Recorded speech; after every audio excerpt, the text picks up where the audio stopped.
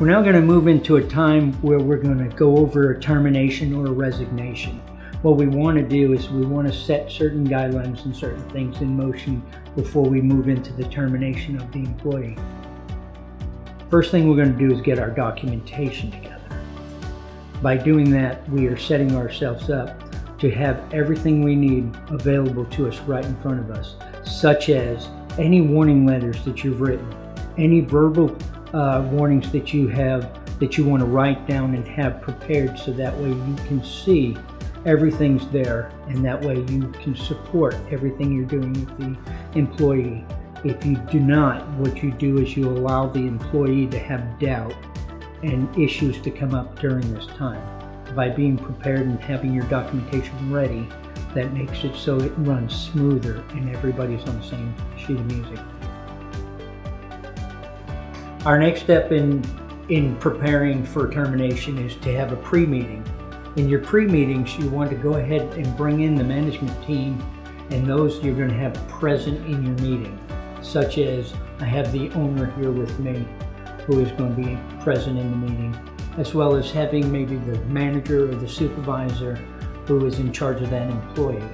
So that way you can all get together and discuss what's going on, and everybody knows who's going to speak, when they're going to speak, and what they're going to talk about.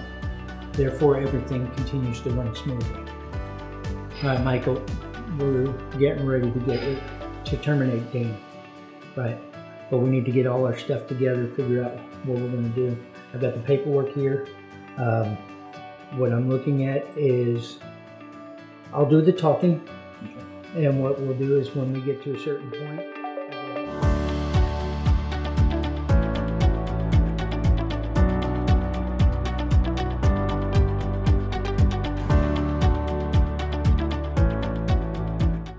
the next thing we're going to do is we're going to move into the termination. What we're going to do is we're going to invite the employee in and sit him down. We're going to make him comfortable, and then we're going to move into the termination process. Hey Dean, thanks for coming in. Now that we have our employee in with us, we're now going to allow him to relax, try to get him comfortable, try to make this as easy as possible. We want everybody to be at peace with this. We don't want to cause any tension in the room. So what we're going to do is we're going to talk to Dean right now. Dean, thank you for coming in. We brought you in here to discuss your termination. How's things going on the floor? You doing all right? All right. Things at home all right? All right. Well, what I want to do is I want to go ahead and set the stage on how we're going to do this so we can be on the same page, okay?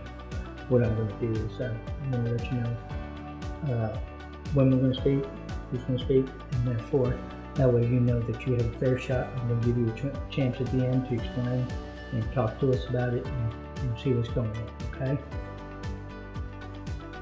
After we've explained on how we're going to run the meeting and who's going to do talking when and everything, what we're going to do now is we're going to go over some of the sections for the employee. These are the things that are pertaining to why we're here for the termination.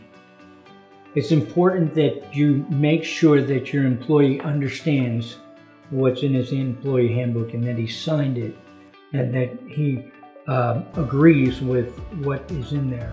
First thing I want to do is I want to go over your handbook. Have you seen this? Okay. I want you to hold on to that. Okay. Is this your signature? Yes. This is saying that you've seen that book, right? Okay. And make sure we got that out of the way. Okay. I want to turn to a few pages in here. Okay. So what I first want to do is I want to go ahead and do you understand what a non-disclosure is? Okay.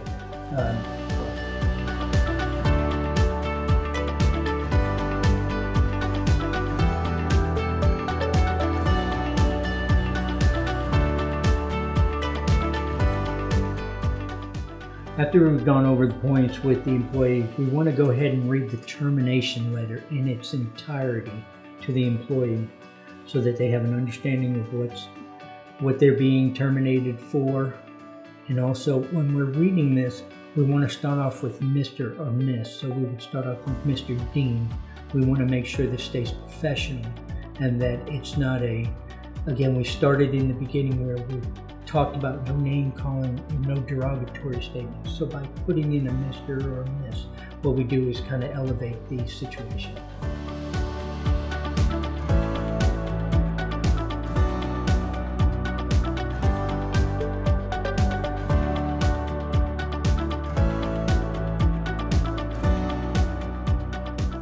Now that we've finished reading our termination letter in its entirety, we're going to move to opening up the floor for statements from the management and the employee. Dean, first I'd like to thank you for your time here at your auto shop and everything that you've done for us. Unfortunately, we've decided to terminate your position and we no longer need you, and the reasons being are quality control and also your attendance. Thank y'all for letting me be part of this family and allowing me to work here. All right, after statements are done, we will go ahead and ask the employee to step out so that the management can discuss whether or not they want to allow the employee to resign or just to continue on with the termination.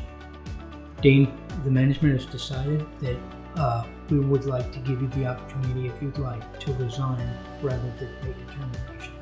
But that is up to you.